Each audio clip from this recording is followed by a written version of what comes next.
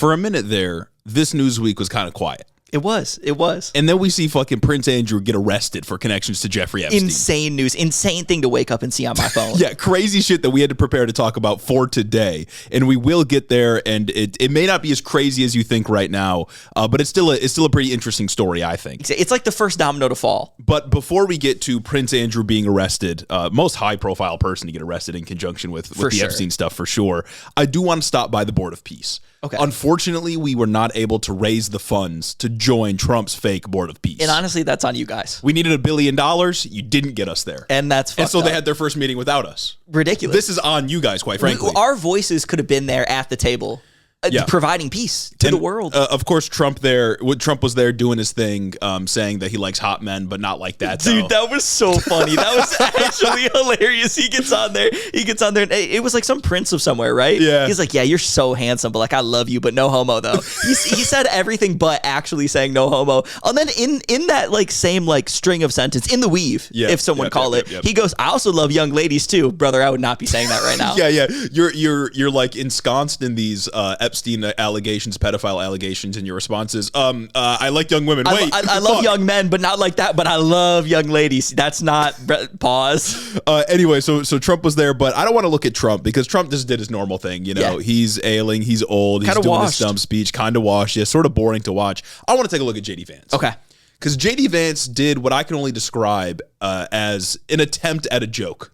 Dude, he does that all the time. He loves attempting jokes. To open up his remarks at the Board of Peace. Now, the context for this joke is that AOC gave this very long speech or just talk where she fielded questions at the Munich Security Conference. This is sort of a big deal because it sort of signals that maybe she's serious about being a contender for 2028 for the presidency. Who knows, right? It's too early to tell there. But the right wing has been mocking this moment where AOC sort of stumbled through her words. It was like 30 seconds where like she was struggling to string together. If we're mocking people stumbling through words, I don't think it would be AOC. Trump is fucked, dude. Dude, Trump is fucked. But anyways, that's what they're making fun of here. So that's the context, the lead up of this joke. He'll mention the congresswoman. He's talking about AOC at the Munich Security Conference. But let's take a look at JD Vance attempting a joke. In front of an international body. JD Vance bombing. Yep. Thank you, Mr. President, very much for your leadership, but also for the kind words about me personally. I knew exactly what I wanted to say, but then after the president said that I was so smart and that I didn't want to repeat our congresswoman who froze for 20 seconds over in Munich, now I'm tempted, sir, just to freeze for 20 seconds. Stare at the cameras, and maybe they'll say nice things about me like they do about Congresswoman. Oh my God. He's just, the whole room is totally silent. I don't think anyone's ever pre-explained a joke before. I don't think I've ever heard that. I don't think anyone's ever pre-bombed before. Dude, he set himself up for the bomb. That's insane. He's truly got like Ron DeSantis style charisma. Yeah. Actually, I think I would say Ron DeSantis might have a bit more charisma than JD Vance. 100%. He needs a charisma transplant. He needs it, dude. If he truly does go on in 2028 to try and be the Republican nominee, it is going to be a show. Oh my God, dude. I'm saying right now, like, there's a high chance that it will be like when Ron DeSantis was at the 2024 presidential debate or Republican nominee debates. And we're in the lead up, we were like, oh my God, Ron DeSantis, he's a scary guy. He's so scary. I don't want him to be there. And he gets on the mic and he just can't speak. He can't do it. He can't convince anyone of anything. He can't. No, I truly think that if JD Vance runs in 2028, it will be the funniest presidential campaign to observe. For sure. He won't intend for it to be funny, but I think the level of cringe and corniness that will come out of a JD Vance for president campaign will just be unheard of in the American political history. JD Vance, just his entire tenure as just like the vice president had just been, I don't even know, just being corny, right? Like you got to understand that, like, thank you once. JD Vance came on the scene when it came out that JD Vance was the pick, historically bad pick. Oh yeah, like I'm telling you, like he had like a negative like something rating. Like it was literally a historically bad pick to be the vice president. Nobody likes him. And he has just continued to ride that wave of being historically bad at every single turn. He goes on these Fox News interviews and he gets asked a softball question about some lie that Trump called, and he goes, let me tell you this first. You see, me and the president have been talking a lot, and he's got this fake affect the entire time. He can't tell a joke. He pre-explains his jokes. He's always bombing. Oh my God, brother. Yeah, no, he's genuinely a charisma suck. Like, it makes me feel less charismatic to just watch him do his thing. Yeah. It's really bad. But shout out JD Vance, man. And fucking bombing coming in front of this fake organization. This was the Board of Peace, right? This was the first Board of Peace meeting. Yeah. Trump gives his speech, and then JD Vance comes on and gives his speech. And on the Board of Peace is like Netanyahu. And it's the axis of evil. Putin's on there too, right? No, I think Putin said he would join if like they let up some sanctions or something like that. Okay. So it's like Netanyahu, Trump, and a couple other people. All right. I was gonna say, well, the Board of Peace seems to be filled with people who bomb. Well, actually, I don't know if Netanyahu was there. Actually, no, Netanyahu I think was there. He was like one of the first announcements, or like the first big announcements to be on it. I don't think he could come to the previous meeting or like the premiere of all of this because it was in a country that would have arrested him. Hell yeah, dude. Hell yeah. We're really we're it's a who's who of the greatest people on the planet, basically.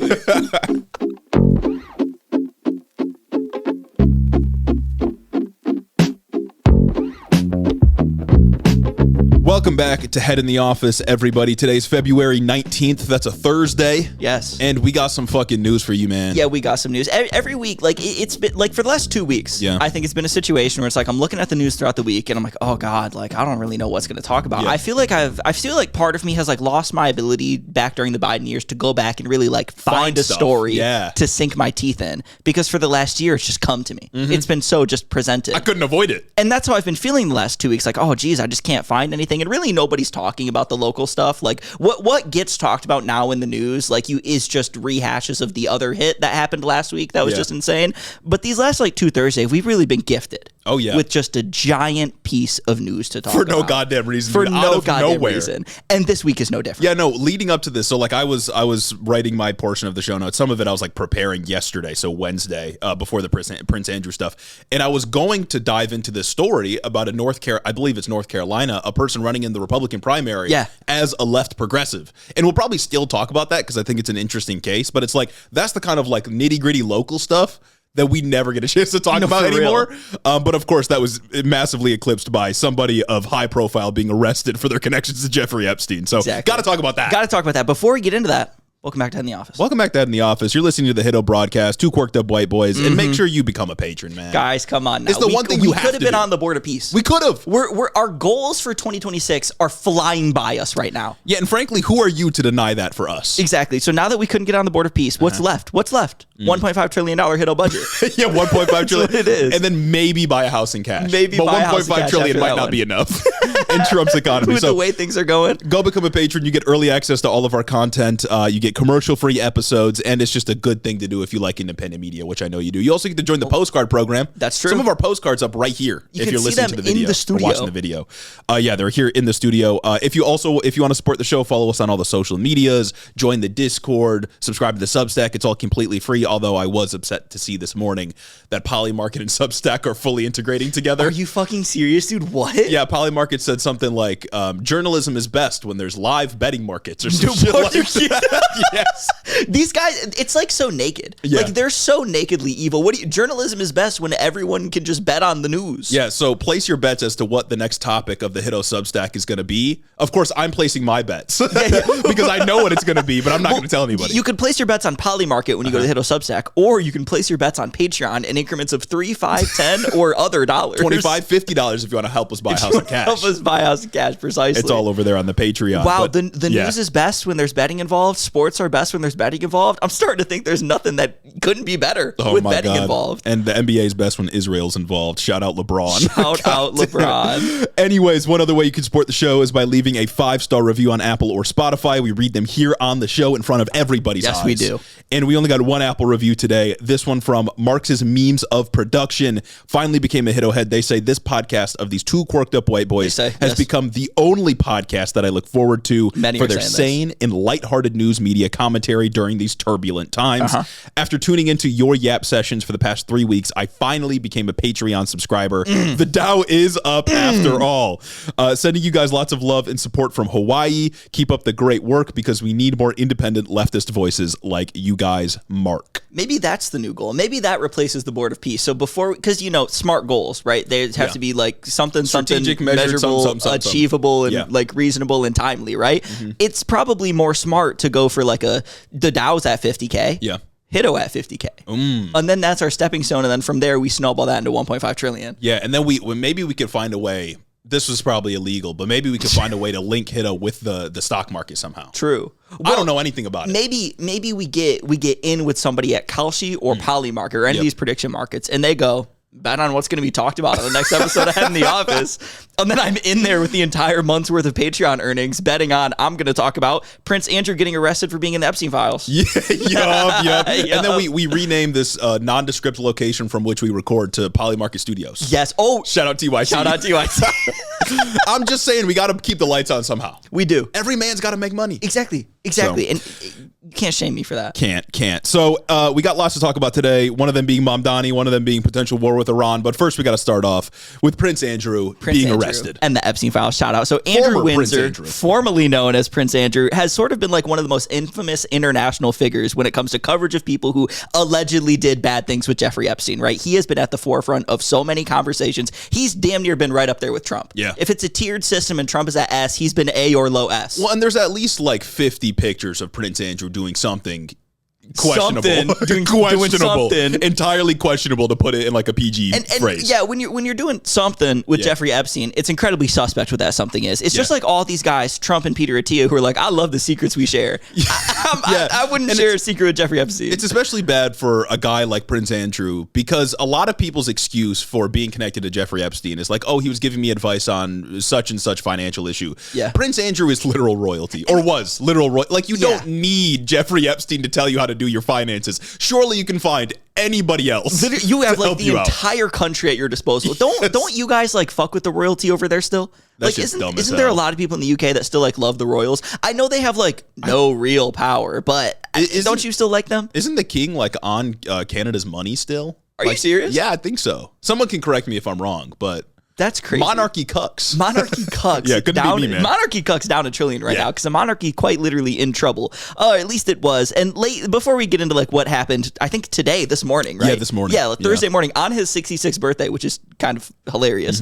Last year when things really started popping off with the Epstein Files, I believe late October, early November, the former prince, that's when he was stripped of his royal title and kicked out of his house for just renewed scrutiny surrounding his relationship with Jeffrey Epstein. Yeah. So that's gas. And like the context for all of this is that the extent of the punishments we've seen for these men in the Epstein Files is just like retreating from public life. Basically. Right? Like it's Larry Summers stepping down from his position at like Harvard or Yale or whatever fucking school he was at. It was that guy at UCLA. Like, did he lose his job actually? I don't know if they're like losing jobs, but they're like, symbolically resigning, retreating from public life. But to see Prince Andrew get arrested, that's the type of shit that makes a fella smile. Yeah, to see this guy get stripped of his royalty. Yeah. Like last episode. He's no longer Prince Andrew anymore. Strip his royal title, strip his royal privilege. Which is like, whatever. He's rich anyways. Exactly. That was already one thing, but it was a symbolic move. That was kind of insane. To fast forward to today, and he's being arrested for his ties with Jeffrey Epstein. My God. Being arrested by like the regular police? Yes. Type shit to make a fella smile genuinely. Great news. The regular police showed up to the former prince's house on his 66th birthday and said, we're taking you away. And what he's actually being arrested for is quote unquote misconduct in public office as it relates to his relationship with Jeffrey Epstein, of course. But importantly, as of the time of this recording, at least, we don't really know what exactly this misuse of office means. Yeah. We have some speculation, though. It's likely that this has nothing to do with touching kids. It's likely. And instead, it may just be about claims that the former prince shared confidential documents with Epstein while he was serving as the UK trade envoy in 2010. Dude, everyone was sharing confidential documents with Jeffrey Epstein. Which, like, it's got to be connected. They were like, hey, Jeff Ep, check out this document that I'm not supposed to show anybody. That's what this is. One of the emails that was released in the Epstein Files over the last couple months shows the former prince forwarding Epstein a report from his special advisor about the then prince's visit to Southeast Asia. What that got to do with Jeff Ep? Yeah, it's a real they got Al Capone on tax evasion moment. Yeah, that's what it feels like. Because like clearly, at least clearly to me, based on my examination of these files, is that this dude and many others were doing insane, evil, diabolical things with Jeffrey Epstein. Yeah. But if this is what it takes to like get one of the big ones, I'll take it. And it's like, this is all like so sensitive information. But like you said, everyone was just sending emails. Hey, Jeff Ep, get a look at this. It's crazy. Hey, man, check this out. Hey, check out these state secrets. Check out this state secret. Isn't this cool? Oh, wow. Wouldn't it be so cool if we carved up and took over the world? Like, I don't understand. Like, it's got to be more than just that. It's like spiritually Trump administration. They can't keep their fucking mouth shut. No, dude. literally, they're just going over to everybody. Hey, look at this. Hey, look at this. Hey, look at this. Hey, look. Except instead of leaking to journalists, they're leaking to Jeffrey Epstein. Jeffrey Epstein just received a new report. And what's he doing with all this? I don't know. Obviously, he's doing his power brokering bullshit in the back. He's making himself rich. He's enriching himself and shit. all his other like pedophile friends or whatever. But it's just like, man, fucking why? Like, none of this makes sense to me. Like, Jeffrey Epstein's come up, all of the secrets that he got, all the power broking that he did, none of it really makes sense to me as separate from the pedophilia stuff. No, it can't be. Because it feels like they are intertwined, and that everyone had secrets with this guy. Yeah. This guy was known to be blackmailing people. He was constantly collecting dirt. He was constantly trading. He was constantly stealing from people, like Lex Wessner. Like, it doesn't make sense for these to be two separate parts of his life. Ezra Klein.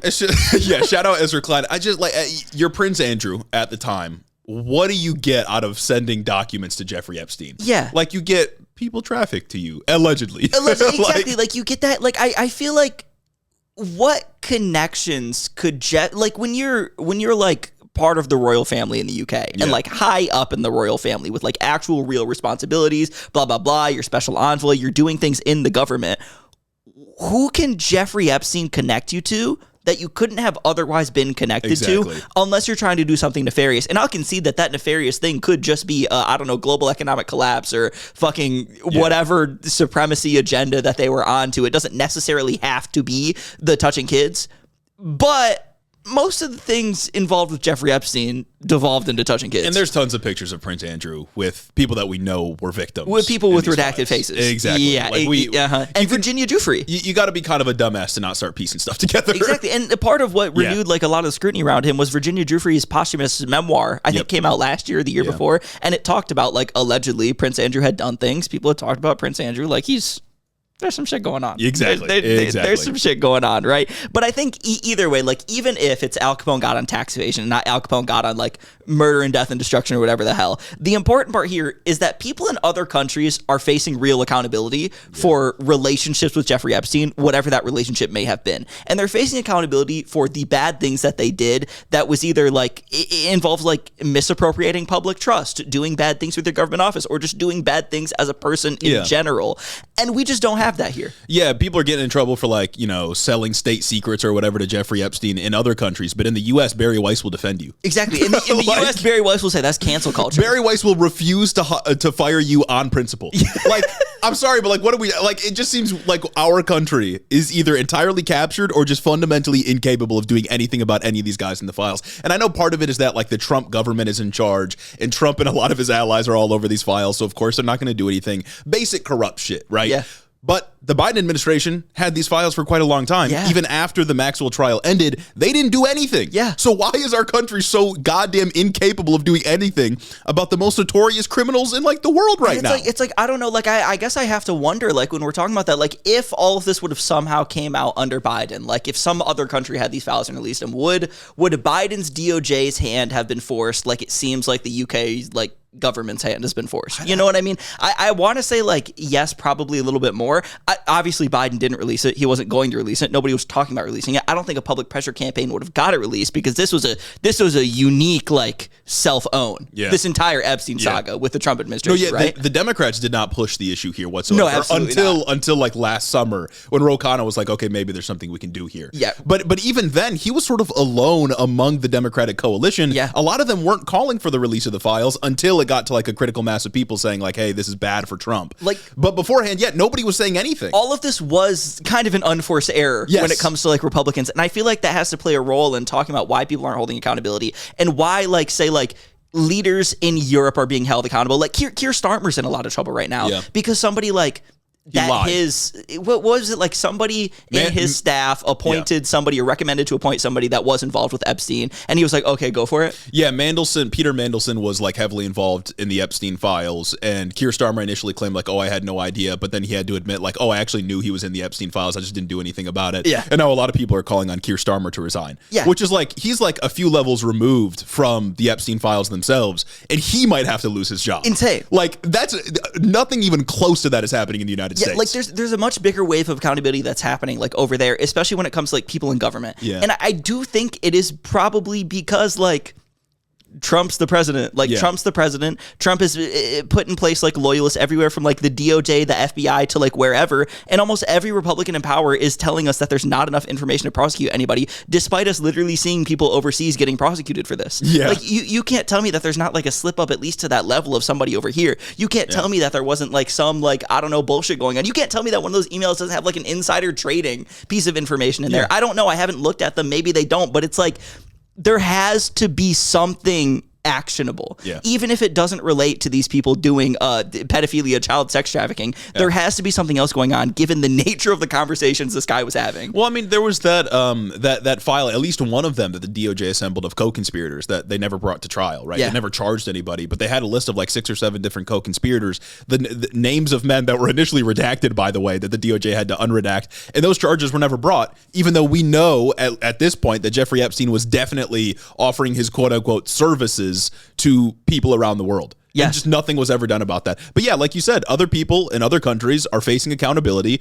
Now one of them, a very high profile person, has been arrested. Nothing's happening here, even though the controversy is so clearly focused in the United States. Yes. Like he was an American. He was an American. Here. A lot of American people, like obviously were involved in this. Donald Trump named a trillion times in those goddamn files, and that's just the files that we have released publicly right now. There's still 3 million more that we're waiting on. Yeah. And like, they are not duplicative, like Pam Bondi said. There's no way you can convince me that the information, those 3 million files that the DOJ has not released, is just redundant information. These people lie like they breathe, particularly when it comes to the Epstein issue. Every single moment they have told us a lie, and the next moment they've had to walk it back only to tell you another one. I do not believe them. I won't believe them until like most of the files are out. And I think that I'm right in doing so. I don't think it's conspiratorial to say that there's got to be something going on here. I don't think it's conspiratorial to say that more people must be implicated just by nature of what this is. Yeah, no, there's way too much smoke here for there not to be a fire like somewhere. Yeah. I mean, even if Trump had just done like one of the many, many things he's done that seems incredibly suspicious, I would say that's enough to launch a full investigation. Literally. Like him not committing to not pardoning Ghislaine Maxwell, that's enough for me to say, lock his ass up. What do you mean you can't commit to not pardoning her? Ghislaine Maxwell's just taunting him in public. What was it like last week? She was like, I'll tell you everything if you give me immunity. I'll tell you everything if you give me clemency, if you pardon me. Yeah, she said, if you pardon me, I'll explain why Donald Trump is innocent. Like, it is plain, man. It is absolutely plain. It is right there. It's still, we can't They're laughing at us. They're laughing at us. Everyone is laughing in our face, man. And it's like Europe's doing things. Our government's not doing anything. I think a lot of it's because our government is just completely and totally captured by the people who are either involved or incredibly loyal to a fault to the guy that allegedly was involved. But I just gotta say, it's unfortunate because Euro Chads are up $1 billion right now. No, it's fucked up. And Americucks are down. Yeah, no, they can prosecute their former royals, and we can't get just like a rich guy. Yeah, we can't get like private citizens. And like, I get that a lot of this stems from the fact that Trump is in charge, the DOJ is loyal to Trump, and like nothing about that's going to change for a few years. But I am fully not confident that even if Democrats win a trifecta in 2028, they control every branch of government. I don't think they're going to do anything. No. Because they're my Democrats. Especially 100%. If it's like Gavin Newsom, I think we'd sooner get a pardon than a prosecution of Donald Trump. I mean, you remember people were like, pardon Donald Trump? Yeah. Joe Biden, pardon Donald Trump. You remember that fucking movement? Yeah. Man, leave it to my Democrats, man. Leave it to my fucking Democrats. Pam Bondi frame-mogged by the UK justice system. I think that's what this story really boils down to. Brutally frame-mogged. It's fucked up, man. We are over here begging for accountability while other like countries are just handling business. And that sucks so bad because I want to make fun of you. Handling business a little bit, at least. Handling business a little bit. Probably against the wishes of the current government in the UK. I'm 100%. Sure Keir Starmer would wish that this all just blew over. Because the other angle for all this is that like, this is only happening because people are mad. Yeah. This is only happening because the Epstein Files are at like the forefront of people's mind. Like, I don't know. I don't think that email was like the actual thing that got him to like charge him. Maybe it was, maybe it wasn't. I'm sure somebody somewhere knew. I feel like it's everyone's mad about this kind of thing. And so we have to do something. Yeah. I think governments like around the world would be happy to do nothing. But most people are sane and recognize that when there's a goddamn pedophile ring like running around implicating everybody involved in any powerful decision anywhere, that you gotta do something. Yeah, it calls the entire global order into question. Yeah. And when the country upon which the global order is centered, the United States, is incapable of doing anything, people start to say, okay, the world is fucked. Like what? Because like, what are you supposed to do when you see that so many dudes in the United States and abroad are implicated, and so far only one's actually been charged with a crime, and it's not even for the thing that like Jeffrey Epstein is known for. Yeah. It's for like a side corrupt thing, which like, yeah, prosecute that. That's fine. But I'm just saying, like, come on, man. There's Which is so funny. much smoke here. There's so much smoke Yeah. here. Especially when you consider like the Israel connections. That shit is insane, dude. I just read an article from fucking Drop Site News that apparently Israel had set up like surveillance tech inside of Epstein's New York home. Huh? Yeah, and like with Epstein's approval. Like that shit's crazy. So, they probably have shit. They probably got shit. What do you mean they had surveillance tech in Jeffrey Epstein's house? In his New York and house, Epstein yes. was like, okay, Mossad, please come do this. What are we talking about? I mean, it's basically confirmed at this point that Epstein was Mossad, or at least working alongside them in some capacity. Like, there's no chance that he wasn't, and nobody talks about it. Damn, so you're telling me like global, bringing like accountability, bringing like hardline proof that there are people involved in whatever powerful world government, particularly the United States world government, or even Israel's with Ehud Barak, like being all over these files. To actually like figure out whether or not these people did the horrible crimes that Epstein was accused of and participated in is in the hands of the United States and Benjamin Netanyahu. What are we talking about, man? It's like God is laughing at me. Yeah. Or the devil's laughing at me, and he really runs everything. Like, I don't know. The joke for forever is like, all these politicians have to send money to Israel because Israel's got videos of them touching kids or whatever. And that might just be true. Like, that might have been Epstein's purpose in some regard in terms of Israel. Like, it's crazy, man.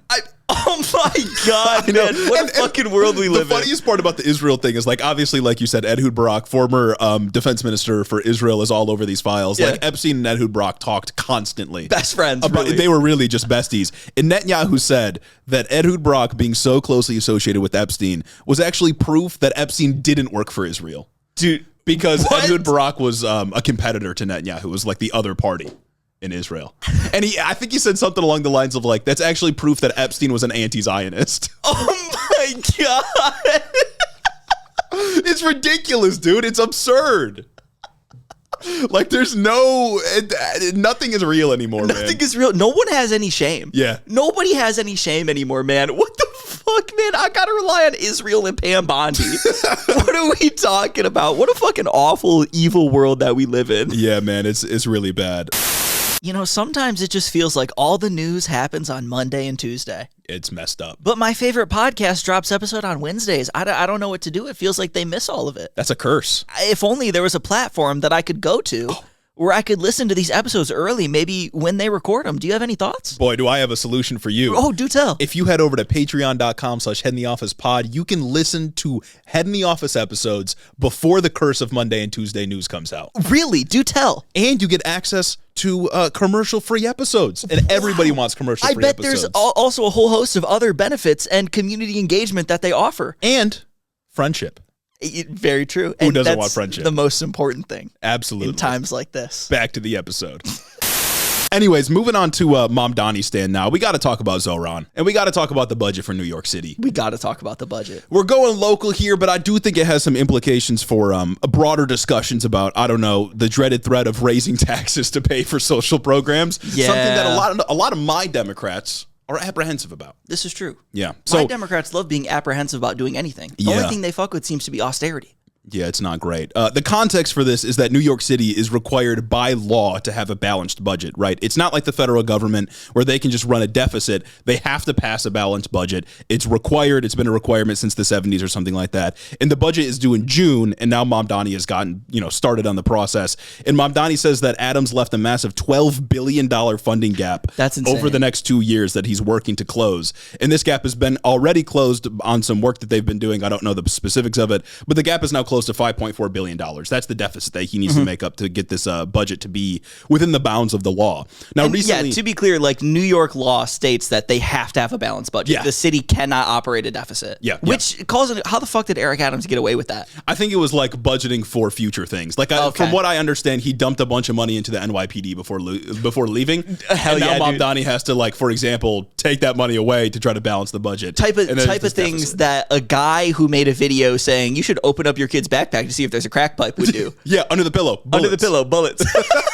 That's still one of my favorite videos ever. It's awesome. So recently, Mamdani did a press conference where he said that to make up the gap, either Hochul and Albany need to approve his wealth tax, which is an extra 2% on those making $1 million and more per year in New York City, which would make their tax rate about 6%. 6% for the city. 6% for the city. That's it. Or if they don't allow that to move through because he needs Albany and the governor to sign on to that, he would have to raise property taxes by 9.5% and raid the reserves that the city has. The only taxing power that the city has is property taxes. Yeah. It cannot raise income taxes on its own. It needs the state to do that. So, and Mamdani's made it entirely clear that he does not want to raise property taxes because that would hit working class New Yorkers. And while you might be thinking, okay, property tax, that's going to hit like my landlord, for example. Yeah, but the landlord will just shift the cost onto you. Yeah, you think those people are ever going to eat that? Right, that's what he's trying to avoid. Is those costs being shifted onto average New Yorkers. And of course, there are tons of New Yorkers that like have a small business who would suffer under a 9.5% property tax, right? So he wants to tax the rich. That is the goal. He's made it expressly clear that he does not want to increase property taxes because the New York City property tax system is fucking diabolical or something, I hear. So he wants to go the route. And a 10% increase is crazy. Yeah, and he wants to go the route of taxing the rich. And property taxes haven't increased in New York City since just after 9/11 when the city naturally plunged into a recession following the terrorist attack. So, Hochul has already thrown cold water on both of these tax proposals. Which is just kind of insane. Saying, right? like, no, that's not going to happen. Because it's like, what we're looking at here, like, what we're looking at here is either we raise taxes 2% on, like, what I believe it's like, he said 33,000 New Yorkers make above 1 million? Something like that, yeah. We raise taxes 2% on a smaller portion of the population that makes $1 million every single year. Yeah. Insane number, or we fuck everybody and we raise everybody's taxes by making property in New York City more expensive. Yeah, I think the choice is clear. Yeah, no, it's pretty obvious which way you go here. Like, it's not a secret. I did see. I was trying to read up on this to see what other people were saying because it's hard to get like decent coverage and analysis of local things that isn't just explicitly right wing. Well, it's just the New York Post saying Zohran Mamdani to raise property taxes. I saw one spin that was like Zohran said he's only opposing a 2% increase in taxes for the richest people, but it's actually 50% because it's going from 4 to 6. Yes, that's oh my fucking god. It's like, okay, you got to pay $10,000 extra dollars. It's a 50% tax increase, but like it's a 2% extra tax. Yeah. Oh it goes from like God, it was like 4.88% to 5.88% or 6.88%, like, something like that. 2% of 1 million. What is that? I don't know. Some number that they can handle. Something stupid. Yeah, they'll be all right. Number that they can handle. They make $1 million every single year. Yeah, they'll be okay. The immediate question, of course, and the one that the right wing has sort of latched onto, is why not just cut spending? He doesn't need to increase taxes. Just cut spending, and you can make up the $5 billion shortfall. Cut the NYPD. Well, NYPD's budget. Hold on a minute. Hear me out. The gap is 5.4. NYPD budget 6. Oh, so you could completely eliminate $600 billion. You could completely eliminate the NYPD and have $600 million left over. I think that sounds pretty good. Sounds pretty good. So again, the entire budget is $127 billion. It's got that $5.5 billion gap. According to Mamdani, his team's already been scouring for a few places to cut. As I mentioned earlier, they've already sort of cut the NYPD's budget down by a few million after Adams purposely increased it to create an issue like this. Hell yeah, dude. Aside from that, Mamdani was obviously elected to create programs that help people. Yes. He ran on a campaign based around 4 fundamental issues. Those issues regard creating programs to make people's life more affordable in New York City. All of that requires money. Like, nobody has contested even Zohran Mamdani, even the most leftist person you can find will not contest the idea that to help people through the government, you got to spend some money. Yeah. And the money is there. It's New York City. Yes. And it's just a matter of the state government allowing him to pay for the programs in the way that he campaigned on, rather than having to squeeze average New Yorkers for everything they got. That is the issue that's in front of us. And fundamentally, when a city is in financial crisis, or any community, a state, a city, a country, whatever, I don't think it's that much of a stretch to say, hey, the wealthiest among us should help fix this problem more than anybody else, because they're better off than anybody else. The people who are better off, the most comfortable, and have benefited the most from the society around them should maybe give back just an eensy-weensy bit. Yeah. I think a big part of like Zoran's like announcement about this whole thing was that New York City, obviously, by virtue of being like one of the largest economies ever anywhere. It's literally the city of Earth. It's the city of Earth, exactly. Nobody cares about Albany. Nobody cares about like the other parts of New York. Nobody cares about upstate. Buffalo, are you kidding me? The Bills, whatever. Fucking washed. Josh Allen washed. Exactly. Washed. But either way, everybody cares about New York City, and New York City pays way more in taxes to the state. Like it's more of its tax revenue goes to the state than comes back, and it's a wide gap between those things. Part of this is just kind of clawing that money back as well. Part of this is just having people who pay tax and live in New York getting a better New York City. Yeah, and just again on a fundamental level, it is not crazy to look at a city with a financial issue, a financial problem, right? You got to fix it. You got to make you got to make ends meet here, and to say, hey, the most wealthy people are going to make this up for everybody. That seems completely uncontroversial to me. That seems pretty chill. But for some reason, even just taxing the rich a little bit more is unacceptable to the Democrats in New York, like Kathy Hochul and the more establishment Democrats that line the halls of Albany. That's crazy to me, man. That is crazy. It's insane, and I don't know what's going to happen here. They got a few months to hammer this out, but again, Kathy Hochul has already said, hey, we're not raising taxes on the rich. So that's insane. Hopefully she caves. Yeah. Hopefully there's something going on with that Mamdani endorsement of her that's got her like, okay, I will, but I'm going to pretend right now. Yeah. I hope. I'm just hoping. And it's also like he already has the funding secured for childcare, right? Yeah. And that's just free childcare for New York City residents, right? He got a couple billion for that. I don't know if it's going to be entirely free, but they got that shit's already started. Either way, like anybody can use that. Yeah. Like you, rich person, you can put your kid in there too. That's the idea. I know you don't want your kid to be mixed with like the poorest kids, but you could put your kid in there too, and then you save on that $50,000 childcare tuition you were paying, and whatever taxes you had to give up with that 50% extra wealth tax. You just childcare. Yeah, exactly. It's just right there, buddy. Yeah. Like I don't know. I feel like the world is better and the economy is better when people don't have to pay like upwards of $30,000 a year to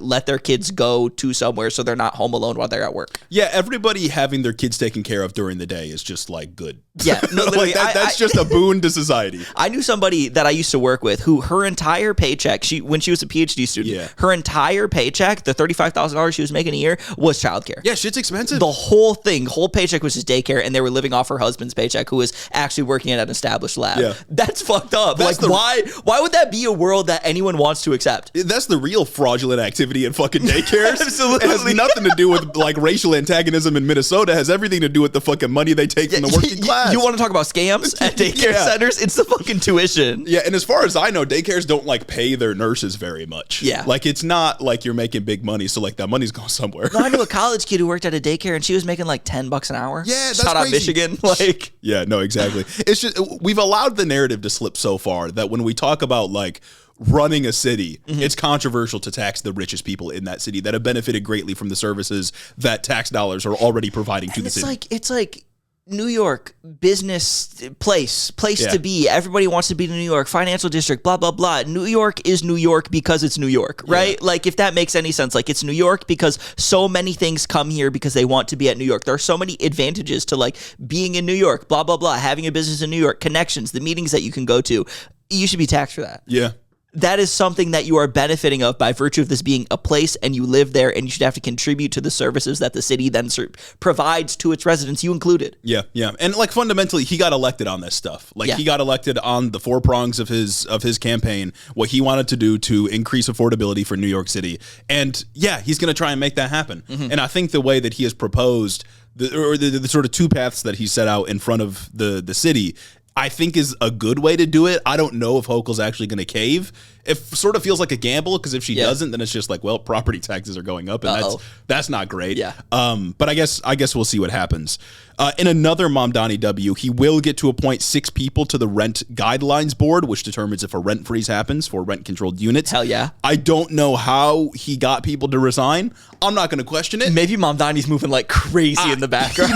He might be moving with aggression and violence in the background. But enough Adams appointees have resigned to give him this opening, so now he can appoint people to the board that will vote in favor of his rent freeze. So that's basically Mamdani secure. just running around like a loan shark. Yeah. Like old school New York City. City mob just running around backroom deals. If you don't resign, you're losing your kneecaps, buddy. He's peeling people's fingernails off in the back. That's crazy. No, I just want to say when it comes to like his two paths for the budget, his two paths to like raise tax revenue to do things, is this not also like what we should want from our elected officials? This is actual transparency. This isn't what Trump says when it's transparency when somebody leaks like, I don't know, that we're going to kill somebody.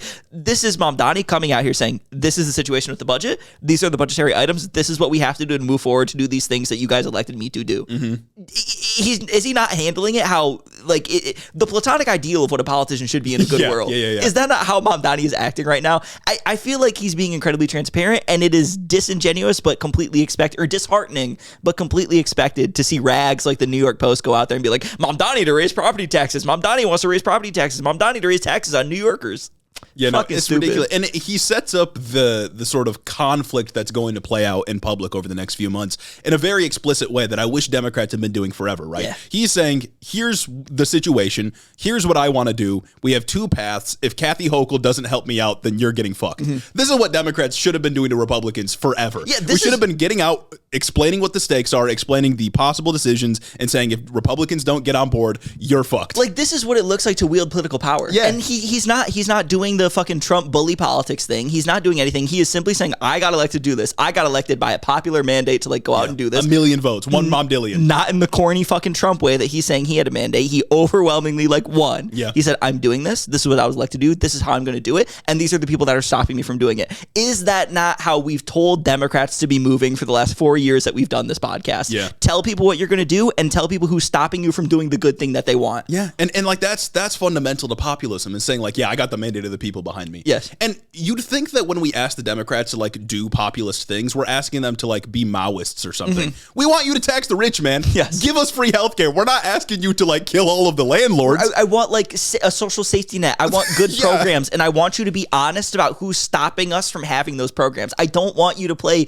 buddy buddy with Republicans in Congress. I don't want you to be like, yeah, well, we're in the congressional gym and this guy says bad things about Trump in the background. That doesn't fucking matter because he votes with Trump every goddamn time anyway. You're not winning anything here. You're making everything worse. You're complicit in everything being worse all the fucking time, and you're not being honest with me about why it's worse. And everybody hates you because they think you're why it's worse, and they're right because you are. And it kills me when they pretend that they can't run on like raising the minimum wage. Yeah. Again, as if I'm asking them to come out as like an MLM or whatever. Yeah. Like I'm not asking you to run as a Stalinist, man. I'm asking you to run on like basic good things that poll at like 70%. It's like pulling nails with these fucking people. I'm asking you to run on liberal reforms, not even reforms, just like liberal progress. Honestly, like less dramatic than what FDR did. Yeah. Like I'm asking for bare minimums. But when you tell Democrats like, hey, these things are popular, you should run on them, it's always like, oh no, I can't. That's just too extreme.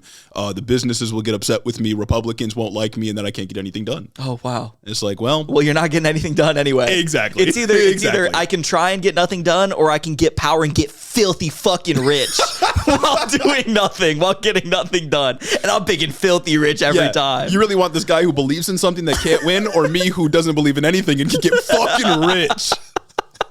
Get buku bucks. Could you imagine the fat fucking stacks I could have? Well, to quote almost verbatim Rick Scott, what's wrong with making money? Yup.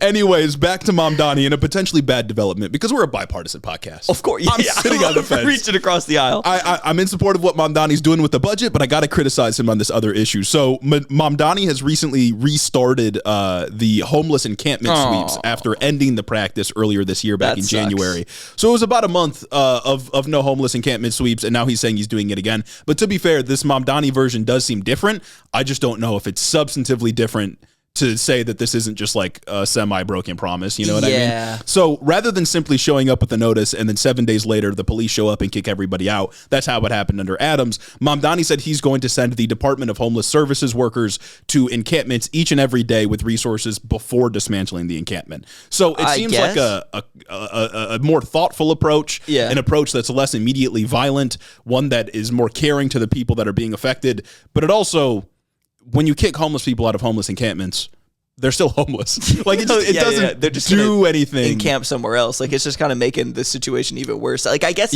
like what are the resources? Well, and, like, I don't know. And that's the issue, like with the Democrats' approach to homelessness in general, right? Like Gavin Newsom's policy far worse than what Zohran Mamdani is proposing. To be clear, like Gavin Newsom was using the power of the state of California to pressure localities into tearing down homeless encampments. He was essentially saying, "You're not going to get state money unless you kick these people out of where they are." Far worse than what Zohran is proposing. But the core issue is still the same. If you tear down a homeless encampment and these people don't accept the resources that you're offering, they just move somewhere else. Yeah, they'll just encamp somewhere else, and you're just going to keep the cycle going. Exactly. Like tearing down homeless encampments is something that like makes like, I don't know, liberals who have to see it on their walk feel better. Yeah. But it's not something that actually solves a problem. And I get that like Mamdani can't go out here and literally solve this incredibly violent structural problem, incredibly pervasive structural problem right now with like 1 month as mayor, 2 months as mayor. But it just kind of sucks. I don't know. It just kind of sucks. Yeah, he did. Mamdani ran, of course, on expanding housing development, making housing more cheap, or making housing cheaper and whatnot. So there's definitely a broader strategy at play. So I'm not going to get out here and say like, oh, Mamdani's a Nazi for homeless people. You know, like that'd be exaggerating way too much. But it is sort of like in L right now, and I do hope that he comes back with a more comprehensive policy to address the issue, because I know he can. He talked about it on the campaign trail. It's just a matter of making it happen. That's true. So we'll fucking see what happens on this issue. I desperately hope Mamdani does not earn the title of My Democrat. I can't. Hell will have frozen Mamdani, over. Please, no, don't be Mom Democrat. No. Oh my God. I will say one other thing on the homelessness issue. Some people have been saying that he switched up because there were like 20 freezing deaths or like temperature deaths from the winter storm that happened a few weeks ago. I think the Mamdani administration said that nobody died in homeless encampments, so I don't think that's true. Okay. And also there were people that died because of the cold temperatures in other states at higher rates. So I don't think that that's the driver here. But I'm sure that like the winter weather's a concern of some type. So 100%. I don't know. We'll see what happens. I get there is the argument that like it is a safety issue, but it's just like beating up the encampment doesn't do. And I know that's not what Mamdani did, but just like breaking up the encampment just doesn't help. And anything. He knows that. I think he knows. I think he knows that too. It unfortunately I think may just be one of those situations where it's like he needs to cave on something, I guess, maybe, or just something needs to be done so people can't say he's not doing anything about homelessness, because like regular people do deeply care about homelessness, not in any way that's empathetic at all, but just in the way that like they're either scared that the homeless person is going to lash out at them, or they just don't like seeing it. Yeah, homeless people scary. Yeah, it's like it's like an issue that like actually motivates people to go out and vote. Like it actually motivates people politics just seeing homeless people, and it sucks. And it's just maybe something that has to be done. But yeah, that sucks. The congregation is missing someone. And that someone, dear listener, is you. The congregation awaits you over on our Discord. If you go into the description of this episode right now, there will be a link to join the Head in the Office Discord, where you will find more than 1,000 like-minded individuals for you to interact with. And maybe most importantly, we'll be there. 1,000 members strong. It is a burgeoning community of HITO heads. That's right. Ready to receive you into their arms. Make you a part of the community. Vest you as a HITO head. Over on Discord, we have discussions. You can interact with other HITO heads. And maybe, for some fun, we can do some community events. And we know that you want to be a part of that. Only available over on the official Head in the Office Discord. We have to talk about Iran, folks. We got to be the #1 geopolitics podcast once again. Constantly. Our president is allegedly a pedophile, so we have to go to war. We have to go to war, guys. We have to distract, guys. We have to do a distraction right now. So reports indicate that the U.S. military is prepared to strike Iran as early as this weekend. Hell yeah, but brother. Trump himself has not made a decision yet. We don't know what he's thinking right now, but I mean, what John Bolton is geeked. John Bolton is geeked right now. John Bolton is so excited. John Bolton, who had his home raided by Trump's FBI, is geeked to see this action specifically from this administration. You could say he's jolting. Yeah, I do think, and this is a take that I've seen elsewhere, so it's not like my original thought, but I do think he's probably waiting until the Olympics are over so then he can close airspace without any issues. Yeah. Because once people are all flying home from the Olympics, it could cause a big hubbub. So I think once the Olympics are done, whatever movie's going to make will be made. It would also be incredibly optically bad to like start a war during the Olympics. Yeah. I don't know, like the Olympics is something regular people care about. Like, yeah, that's true. It just looks crazy to just all of a sudden like, oh guys, sorry, World War III? Yeah, you guys can't go home because the airspace over like, I don't know, this entire country. We are shutting down everything everywhere. Yeah. That would suck. The idea that we might strike Iran further is like further corroborated by the fact that like since we started covering this, I think like a month ago or 3 weeks ago, who knows, time is who knows what time is anymore. Exist, man. Time doesn't exist, and it moves at ways I can't quite understand. Yeah. We are just continuing to build up forces in the region. Another aircraft carrier just entered the Middle East, the USS Gerald R. Ford, and dude. Iran seems to be taking the possible altercation seriously. They've held live fire drills in the Strait of Hormuz, I believe today, Thursday that we recorded, as well as drills with Russia in the Gulf of Oman and the Indian Ocean. So genuinely, who fucking knows what's going to happen? The only thing that we do know is both sides are preparing for something to pop off. Yeah. And you don't build up military forces in a region if you don't intend to use them. Yeah. Sure, go ahead and tell me that, oh, Trump's just trying to scare, Trump's just doing intimidation. Every time he's done this before, it has not just been that.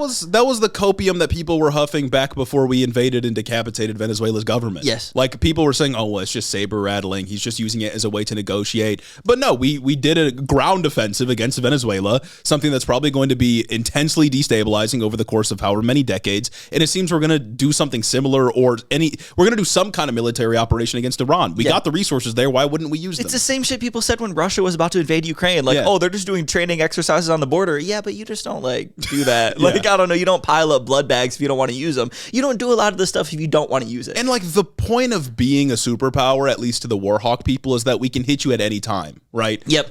We don't need to build up military assets to do a drone strike on Iran. We could just do that if we wanted to. We're building up military assets because we're planning to do something complicated. And it's also probably, a little bit of both, too. It's probably a little bit of just old guy imperialism. I'm going to send all this bullshit over here to scare you and hurt you. Yeah. Because, that's what he wants to do. He has been incredibly stiff when it comes to all these talks. And speaking of the talks, Nikki Haley's geek too. Nikki Haley. So she can't wait to sign more bombs. Man. She cannot wait to go. She's going to sign every new fucking bomb that comes through there with her fuck ass. What does she do now?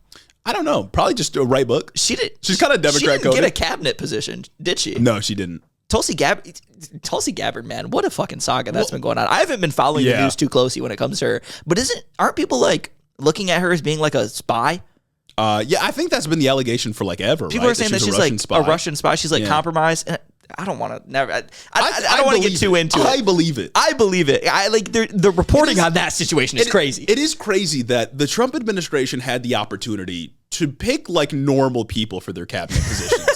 They could have chosen Nikki Haley types. They could have chosen Ron DeSantis types. Not to say that those people aren't demons, of course, but they really did not have to choose Pete Hegseth, Kristi Noem, RFK, Kash Patel. It didn't have to be honestly, like this. Marco Rubio is probably the most normal pick. Yeah, and he's a demon. Psychopath. He wants to nuke all of Latin America. If he could sink Cuba into the ocean, he would do it. Oh, for sure. And Tulsi Gabbard, a Russian spy? Exactly. Trump could have easily chosen regular people to carry out the business of American imperialism in a relatively uncontroversial way that probably would have got some Democrats to sign on. Oh, for sure. But instead he chose... Look at how many Democrats, low-key signed on to Venezuela. Yeah, but, he got the most insane people to do it in the most abrasive way possible for no reason, and now we're about to go to war with Iran. Just for fun. Born just in time to go to war in Iran. In the Middle East. Born too late to go to war in the Middle East. Born... just in time to go to war with the Middle East. Born right before we go to war in the Middle East, man. Everything is just war with the Middle East, man. Yeah. What the fuck is going on? Joe Biden, endless criticism for his Afghanistan pullout just for us to go back. Yeah.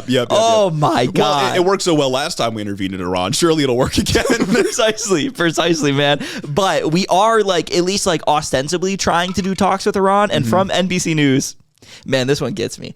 Trump's special envoy, Steve Witkoff, and son-in-law, Jared Kushner, have been leading the U.S. delegation at the talks, which are being mediated by Oman. Dude, shout out to Jared Kushner. Shout out Jared Kushner, man. And I gotta go. Honestly, when it comes to this whole Iran situation, right? Jared Kushner, just at the forefront of my mind. Every time we get into anything with the Middle East, whether it be Israel and Gaza, the UAE, or Iran, it's just Jared Kushner was there. Jared Kushner went and met with powerful Middle Eastern leader. Jared Kushner out with the Shah. Jared Kushner with Netanyahu. Jared Kushner to run Gaza. It is Jared of Arabia, and it fucking pisses me off, man. Jared Kushner, $2 billion from the Saudis. Yes, a real headline, by the way. Even with whatever. At this point, yes, Jared Kushner does have legitimate relationships with these people. Whether or not that's a good thing, probably not. Well, he sort of gave the game away because he also gave a speech at the Board of Peace because of course he's on the Board of Peace. Qualified to do that. And he was like, everyone's here voluntarily. Nobody's making profit off of this. Are you fucking... Well, and then he pauses. Is Jared Kushner on the Board of Peace? I think so. I feel like I know he... fucking He gave a speech. I'm going back to like the ceasefire deal back in Gaza. Yeah. Isn't Jared Kushner part of the team that's like leading like Gaza redevelopment or It's some like him shit? and Tony Blair. It's fucking goofy, man. There is genuinely nothing that qualifies him to do any of this. And I'm not a big qualifications guy. Like, I'm not usually someone who harps on like, oh, this person shouldn't be in office. But like, the only reason Jared Kushner's doing any of this is because he's making a buck. Most AstroTurf like guy ever when it comes to this, I guess. Yeah. Like Donald Trump just had him and he's like, go to the Middle East. Yeah, you know, there's like, there are people that marry into successful families just for the purpose of being rich. Yeah. And if there was ever a guy who did that mega successfully, it's Jared Kushner. He's probably the best at doing it ever. It's remarkable how much power he has. Like oh God, we talked about it a couple episodes ago when we initially launched Jared of Arabia, right? Our phenomenal contribution to the cultural discourse, Jared of Arabia. And he like, back in like 2008, didn't he fuck up a massive real estate deal and then get like bailed out by a bunch of people and then blah, Wasn't blah, he bailed blah. out by Trump? Wasn't that? He was either bailed out by Trump or somebody from the UAE. Okay. I can't exactly, don't quote me on this, but either way, Jared Birds Kushner of a feather. fucked up. Yeah. And now he's up bigly because his stepdad's the president and told him, go fuck off in the Middle East. He's doing the same shit that Tony Blinken was doing under Joe Biden. And Tony Blinken, like, I mean, I fucking hate the guy. Except he's making crazy money. I think Anthony Blinken is evil, but like, at least this dude knew what he was doing. Like, he had some kind of qualifications. Yeah. Jared of Arabia, I don't like, why is he there? literally, just why is he here? And that's why I'm saying, like, even with like whatever legitimate fucking relationships Jared Kushner has cultivated over the years with Middle Eastern leaders, because he just gets thrown over there to do whatever. This will never not be fucking goofy to me. Yeah, it's crazy. You cannot remove just what this situation is from the situation. Yeah. He shouldn't be there. He has no goddamn right to be there. He's just a guy who had money, whose stepdad is the president. Yeah, he's like, yeah, stepson of the president or son-in-law of the president is handling nuclear talks with Iran. Yes.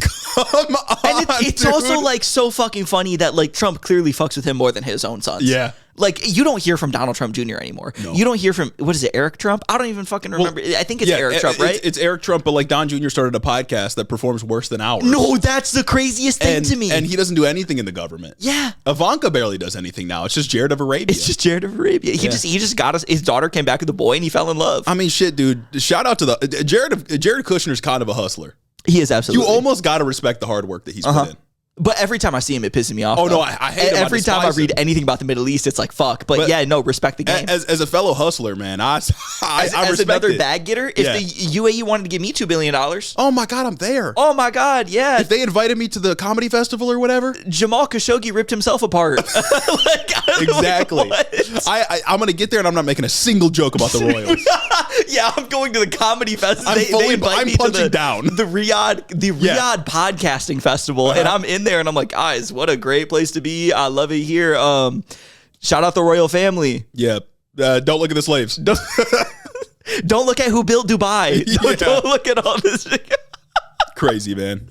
Jared Kushner, just shouts out to him, man. But to speak like more substantively about him leading the delegation for nuclear talks with Iran alongside Steve Witkoff, I don't think that there's anything real here. Okay. I don't think that there's anything real that's happening when it comes to like Jared Kushner negotiating, like Stephen Witkoff, and actually like talking to these people. I do think it's kind of a situation where Jared Kushner is fucking off and he's probably going to make $1 trillion off whatever they talked about. And Trump, the real pressure is Trump's buildup of military force. Because what has Jared Kushner done? I don't know. I mean, I will not believe anyone who says that he's like genuinely doing diplomacy anywhere, because he goes to these places.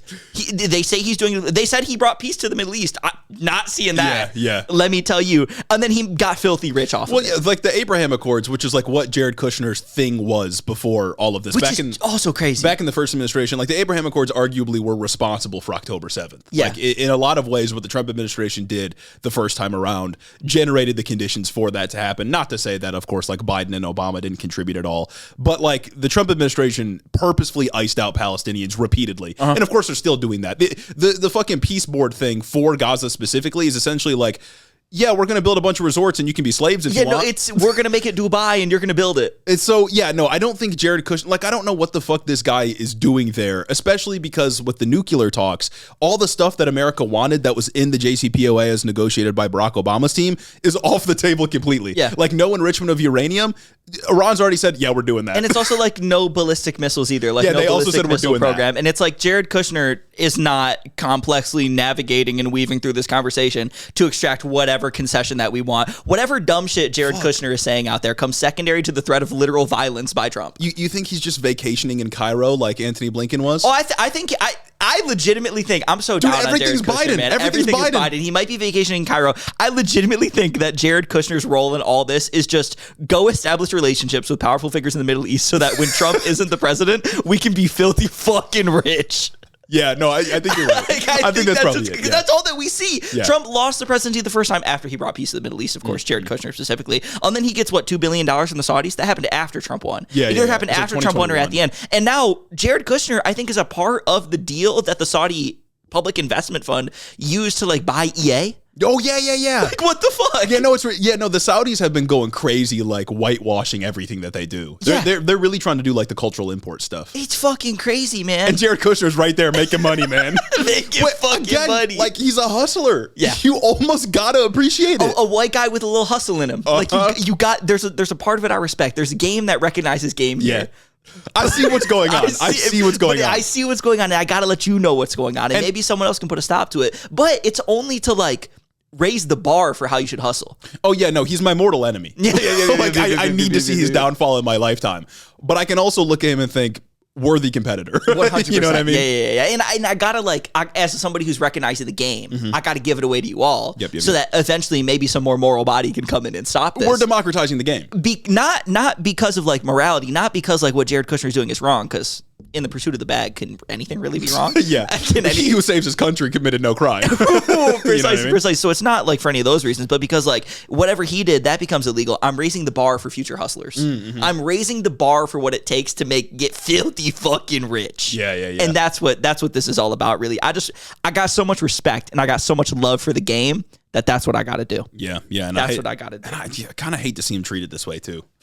It's just, man, just leveraging the connections and stuff. It's not great. It's fucked up. But I digress. That's the Jared Kushner talk here, because it's just. I'm sorry, beyond but parody, truly. Because it's the war with Iran stuff. It's I don't want to say it's getting old, because it sucks and it's so bad. Yeah. But there's not much for me as just a guy who doesn't do war analysis for a living have to say about this. I don't want to dive into exactly what machinations are moving where.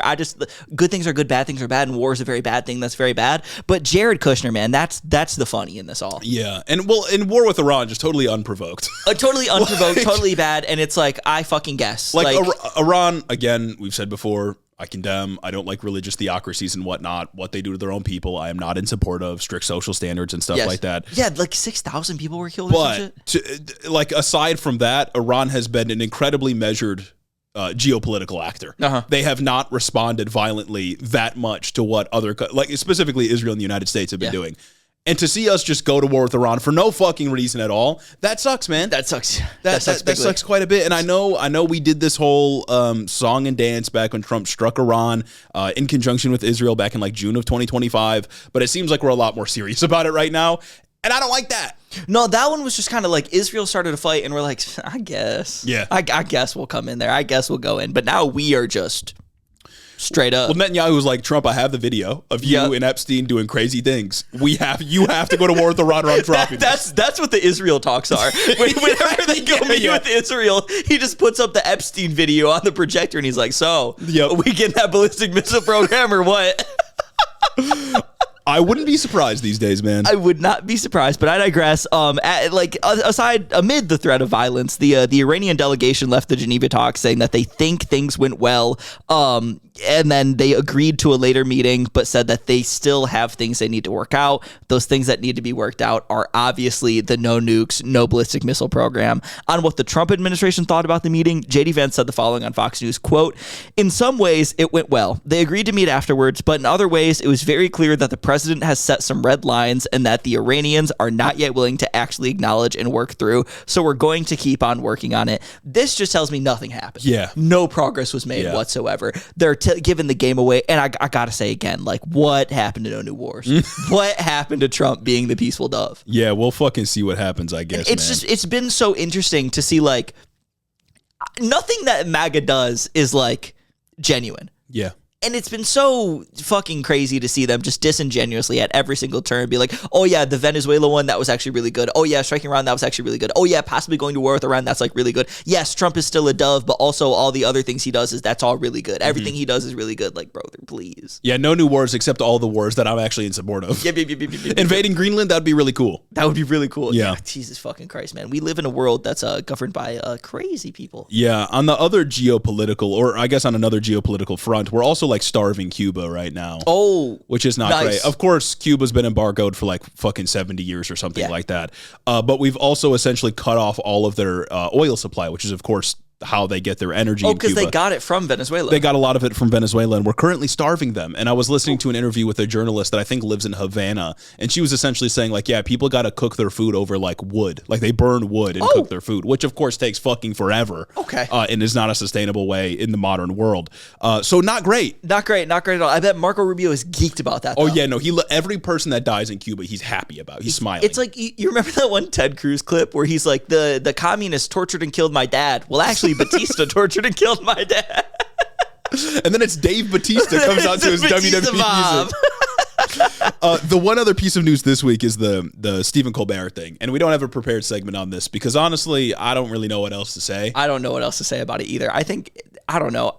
The Texas Senate race is just... I'm scared of it. I'm scared of it, man. I am scared of it. I don't want to dive into it. I think at this point, I am pinning for Tellerico. I think it's like, I think it's just like, I think that's where the wind is heading. And I think he's got a massive boost after the CBS thing. And it is funny to like see everybody come out of the woodwork and just be like, yeah, or just like... Fucking, I don't know, man. The Texas Senate race, it's hot. Yeah, the thing that happened essentially with Colbert is that the FCC is essentially pushing its weight around a bunch, trying to silence liberals in the left that are like in mainstream media, like Colbert, like Kimmel, like all the other ones we've seen so far. And I think it's CBS that owns Colbert's IP. I think so. They essentially went to the Colbert Show and they were like, hey, you can't have Tellerico on because of the FCC's pressure and stuff like that. Yeah, the argument is that people are saying that the FCC like sent them a letter to shut them down, and they're like, actually, the FCC didn't do that, blah, blah, blah. They were just worried about it. And it's like, I don't think that's much better. No, it's not much better. I don't think it's better that the network was worried about airing this because the FCC has been cracking down on free speech and altering rules that previously they never really cared about before. Yeah. I don't think that makes it much better than the FCC actually doing it. Like, the threat is also real. The FCC's got this thing called the equal time rule, which is basically never enforced. Yeah. It essentially says that like broadcast and radio and stuff like that have to give equal time to candidates in a race. If they're going to have one person on, they got to offer to have another person on. It hasn't really been applied like at any time in our lifetimes because like it just isn't a thing anymore. Yeah. But now they're trying to selectively apply it. And the thought, I think, is that they were trying to apply it here, or they threatened to, or something like that, because they don't want they think Tellerico could win the Texas Senate race. Exactly. And I mean, it's kind of a self-fulfilling prophecy, I guess. Oh yeah, Streisand effect. He just got a massive boost from it. Like everybody is talking about this so much so that I saw Jasmine Crockett parrot the like right-wing talking point oh, actually the FCC didn't try to shut him down. It was actually them worried about the FCC shutting him down. And it's like, let's not argue about that part now. I don't know, man. Yeah, it's a big complicated mess. That race sucks and it's interesting. And I think the primary is in 2 weeks, right? Yeah, it's in March. Get out there and vote and make yourself heard. Yeah, cast an early vote or something like that, man. Yeah, no, I don't know what the fuck's gonna happen. I do want to win Texas. I just like the reason I'm not more geeked about Tellerico is because like, why the fuck did you take Adelson money? Like, I don't that's the thing about a lot of these like state level candidates or people that were sort of previously unknown that took money for a lower office and now they're running on the sort of left populist, almost sloppy-list sort of ideology. Is like, you did this stuff before. You knew all of it was a problem back then when you took money in like 22 or 20 or whatever it was, and now you're running against it. What the what changed? Yeah. Like, did you have a sudden awakening in like 2 years that corporate money was bad or something? You knew back then too. So I have a hard time trusting guys like him. I just don't think Jasmine Crockett has like a vision for the future. Oh no, and she says crazy shit like immigrants can pick the cotton. And it's like, oh my God, yeah. No, I remember you can't say that. After she announced her campaign, the first thing I saw on her Instagram that like popped up on my feed was like the babies. It was one of her speech, but she put like an AI baby filter over it, and I was that's when I checked out. That's when I was like, okay, man, fuck. Yeah, no, I'm fully down on the Texas Senate race, man. 100%. I think the Adelson money sucks so bad. But like, why? I think it was for casinos. Like it was for like a pro gambling thing. That's bad just, too. Like, that sucks. Like that also sucks. You're doing really the bad. Christian thing. How are you taking gambling money? Yeah, it's not as bad as the AIPAC stuff. I think of course. I think he's like mostly chilling, but that sucks. Yeah, no. Yeah, Jasmine Crockett took the Israel trip funded by AIPAC. Tallarico. She did the Iron Dome photo shoot. Yeah, she posed in front of like a battery. Yep. That powers the Iron Dome. Tallarico and Crockett's like the policy blurb on Israel is like kind of the same thing. Is it like really? Cut off offensive weapons, but fund the Iron Dome. Like it's not great. Okay. It's really not great. So some of it though, and it just like it sucks because it's Texas Senate. Yeah. So a lot of this stuff is just going to be Texas. Like you're running in Texas. Yeah, like I fucking you got a 10-point margin to make up. Whatever. Somehow. Yeah. I do think that it like I don't know. I feel like Tallarico has a good chance of winning and has a good chance against Paxton, and he would be a good force relative to what a Republican could be. Yeah. If he went to the Senate, I think that's the way that I'm pinning. Let me know what you think in the comments. It was really funny to see a lot of sort of like right wingers and Republicans come out and say like do the Colbert thing where they're saying like, oh, the FCC didn't pressure Colbert. Colbert just didn't want to have Jasmine Crockett on. And there was right wingers, I shit you not, actually saying on Twitter, wow, Colbert's trying to silence a black woman. No, and it's like, you don't funny. care about that. You do not care about that. That's part of why I'm like up on Tallarico too, because like Republicans are cynically weaponizing liberalism. Yeah, like you guys don't believe in any of that because they think that she would be an easier opponent. So yeah. they obviously they want her to win. So I think that that's the way to go on Texas Senate. But before we leave. Okay. There's one more thing that I need to share with you all. Okay. And I was originally going to do this as the cold open this week, but it's a visual masterpiece. Oh, yes. So this was going to be a disservice to our audio only listeners because so much of what this video is rad visuals. Already got it up, It's baby. just the coolest fucking thing you've ever seen, right? And if you're out of the loop, if you don't know, RFK Jr. and Kid Rock did a collab. They posted a video, just a MAHA promo. Yeah. And like I said, it's a visual masterpiece. This might be a magnum opus, but there's not much audio going on here. The audio that's going to play throughout this is that one fucking Kid Rock song, the bang, da bang, boogie, boogie, which I don't want to get copyright, so maybe we'll play it muted. Yeah. We'll play it muted so that you can see the video. Yeah. Because dude, it's fucking awesome. The video's it like starts off, and it's like them meeting up and like RFK and Kid Rock like workout video, and then there's an American flag, and then there's a video of a shark, like a great white shark, like breaching the water to like go and eat something. And fuck, is there an eagle? Let's play this shit right now. Let's play it. It's fucking gas. So we got them shirtless here. They're shirtless. It starts off. Secretary Kennedy, rock out workout. It's so fucking good, dude. And then it's RFK shirtless. These are the highlights. Right? So it first starts off with them like working out, and now RFK and Kid Rock are shirtless in a sauna in a fucking elliptical. RFK Jr.'s got his fucking jeans on to and work out. And now he's in jeans and a cold plunge. Hell yeah. Well, the cold plunge is valid. Why do we have jeans on? And RFK's walking around and he goes, "Where's Kid?" Not something I'd be asking in today's political environment. And then and then the video fucking ends with them. RFK's in jeans in a hot tub, either a pool or a hot tub with Kid Rock. They're both shirtless because like pool activities, and they've got a glass of milk. And it says whole milk on screen. Whole milk, and it doesn't just say whole milk. It is a disservice to what this video is to say it just says whole milk. It says whole milk in white font, and it's dripping. That is filmmaking right there, man. Yeah. That is awesome. And the full video is 90 seconds. And the parts that I cut out were them playing fucking like pickleball and like working out with shirts on. But that's not what's cool. What's cool is them working out in a sauna. They brought an elliptical into a sauna. Mm-hmm. They're working out shirtless together. RFK's in jeans. Well, that's the gayest thing I've ever seen. That's his bit. That's what RFK Jr. does, is work out in jeans all the time. Are you serious? He's been doing that for years. I don't know why. It's the weirdest thing I've seen, man. Put on some shorts or like sweatpants or something.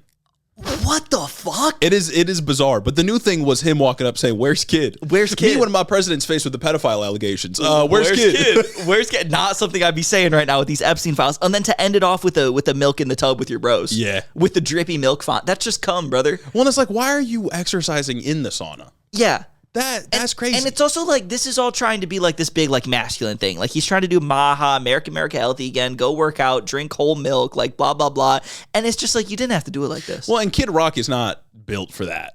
No. Like, he's kind of built like a scarecrow. Kid Rock does not look like a healthy guy. No. To say the least, right? And it's just, I'm surprised it wasn't raw milk. But their obsession, like, why are we doing this? It has to be ironic, right? Yeah, no, it's kind of like the Super Bowl ad with Mike Tyson. Like, what is the point of this? Like, they get out here and say, like, oh, all these, the foods are super unhealthy and they got too much sugars or whatever. And it's like, yeah, there are some decent points there. But, like, the prescription is just, like, eat healthy. Yeah. And it's like, well, the regulations are the problem, but they don't have any solution for that. No, it's just eat only meat. Yeah. Because isn't, like, RFK on a carnivore diet or some shit? Yeah, and they made the new food pyramid where, like, meat's, like, the most important thing. It's, like, meat and milk. I would say it's a fetish, I think. No, I think so. Well, this reads like a fetish video. Like, the milk and the dripping, like, this has to be a joke. Like, this has to be irony. Mm-hmm. Like, they're just, the Super Bowl commercial in this, they're cooking with these videos, man. Yeah. I saw the majority report. That's why I say this is the gayest thing I've ever seen. The majority report was talking about it, and they said this just looks like a gay porno. Well, and it's like, again, to my point from earlier, they could have hired normal people. Yeah. Like, it didn't ever have to be like this. They could have just hired a guy who got in here and, deregulated in favor of the big food companies and big agricultural companies, but instead they hire the most unhealthy looking guy ever. Yeah, unhealthy sounding guy. Yeah, too. unhealthy sounding and it's guy. Like, yeah, I thought, like, they could have just hired made a normal video. Yeah, they could have just made a video at, like, a gym. Well, why are they making videos? I don't know. Like, This administration loves making edits. Like, respectfully, I don't have a sauna in my house that I can go to. I can't bring my elliptical into my sauna in my house and then go drink whole milk in my pool outside. And I gotta say, as a certified whole milk enjoyer, this shit has negatively polarized me against it. Like, as a certified, I drink whole milk with my fucking cereal. Like, I don't want to anymore. Like, they made it corny, and it's fucked up, man. And I gotta.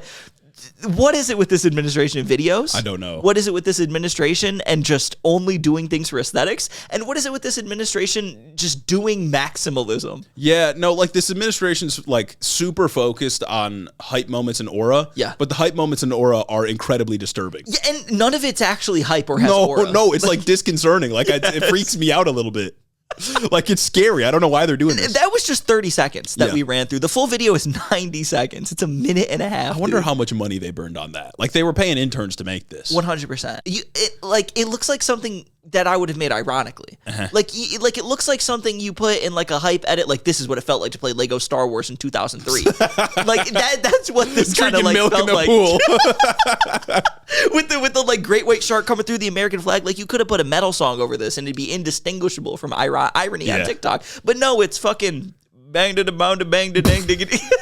Type shit your uncle on Facebook would love. Type shit. Precisely. That's who they're appealing to with this, the divorced uncle crowd. Man, I'll never forget the fucking whole milk cum filter. Like, the whole milk dripping down the side of it, man. It's fuck, dude. That sucks, man. So good. Anyways, that brings us to the end of the episode. So we got to read our 5-star reviews over on the great app of Spotify. If you want your review read, leave it in the comments, 5 stars, and we will read it here on the show. This first one from Cadaver, 5 out of 5 comments in review. Apparently can't make jokes about Bondi winning AVN awards for her 5-hour something. Damn, that's crazy. What is an AVN? I don't know. I think it's a porn star award. Oh. For glazing, I would assume. And the Dow being up 50K. And once again, hashtag my Democrats doing what they do best, having a head start of half a step from the finish line and still snatching defeat from the jaws of victory with the Hillary sound clip to start. This was on the last episode, of course. Hopefully soon I can join the other watched masses on Patreon. Hell yeah. If not house and cash, at least keep Clementine supplied of wet food tier. So true. She's got plenty of food. Don't worry about her. She got plenty of food. She's chilling. What we need to worry about is getting a fucking house.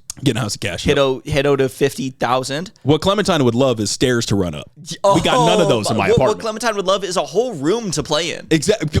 Get her own room. Get her own room Make in the house tier. that we buy in cash is fucked up. This next review from Kenny Evers, 5 out of 5 John Kiraku TikToks for my favorite CIA compliant podcast. As a Minneapolis native who now lives in a deep red state, I love hearing base leftist takes from a couple quirked up Midwesterners to remind me I'm not going insane. I found you guys from TikTok months ago and started listening to the podcast amidst the occupation of my hometown. I am now a Patreon member contributing to the HITO Buy a House in Cash Fund. Truth. I look forward to the day it happens and can't wait to celebrate. Hopefully we're talking about buying a house in cash. By it happens. By it's it buying happens, a house I in mean cash. buying a house in cash. And SPM7 compliant. Yes. And SPM7 I condemn political violence. Next one from Sean McGovern, 5 out of 5 stars for my favorite CNN non-compliant podcast. As a former PodSave listener. Oh, we got a lot of those. I was going to say, we get that a lot. We're a refuge. It's so refreshing to hear takes from white boys who have thought for longer than 6 seconds about what things are good, what things are good and what things are bad.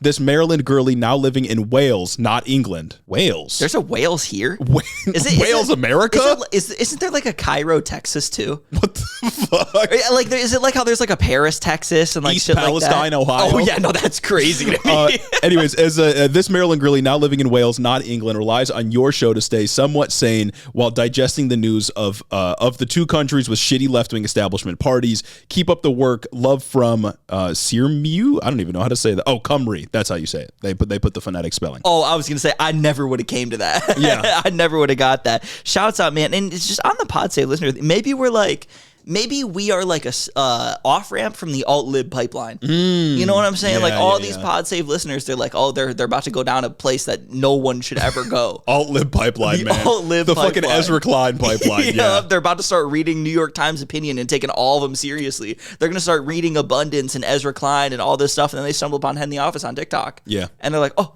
They like read Abundance and they think it's something more than an airport book. And we have to remind them that it is not. Precisely. This next one from Caitlin Ruddy, 5 out of 5. I voted stickers. I stole after voting in the Texas Democratic primary. Wow. I'm finally leaving a review after being too intimidated by how funny everyone else is. This podcast has been a life raft, keeping me from sinking into deep depression, insanity, or both. As a leftist single mom in Texas, I'm so glad to have found this podcast. 2 with voices that are enjoyable to listen to. Keep up the awesome job. Yours truly, proud member of the Patreon. Yeah, I don't know if we still have a plurality of listeners in Texas, because that was the trend at one point. Yeah, we haven't checked out in a while. But if you are in Texas, let us know how you voted. Let us know you voted in that primary. And let us know if we've been too cautious. Yeah. Hey, man, whoever wins, I'll argue for them to be the next senator. But anything's better than Ken Paxton. Anything's better than Ken Paxton. There's just some people I'd like to argue for more than others. Yeah. Just AI baby, man. Just the AI baby thing, yeah. The campaign has been crazy. Like, I feel like broadly she has kind of failed to like be anything other than like center her campaign on anything else other than attacking Trump. Yeah, and which like that's cool. That's cool, the thing she does, but it's just like not what I want ideally. Yeah. You know? Next one from Carrie Adams, 5 out of 5 heat levels in the sauna. I'm fighting for my life with RFK Jr. and Kid Rock. Let's go.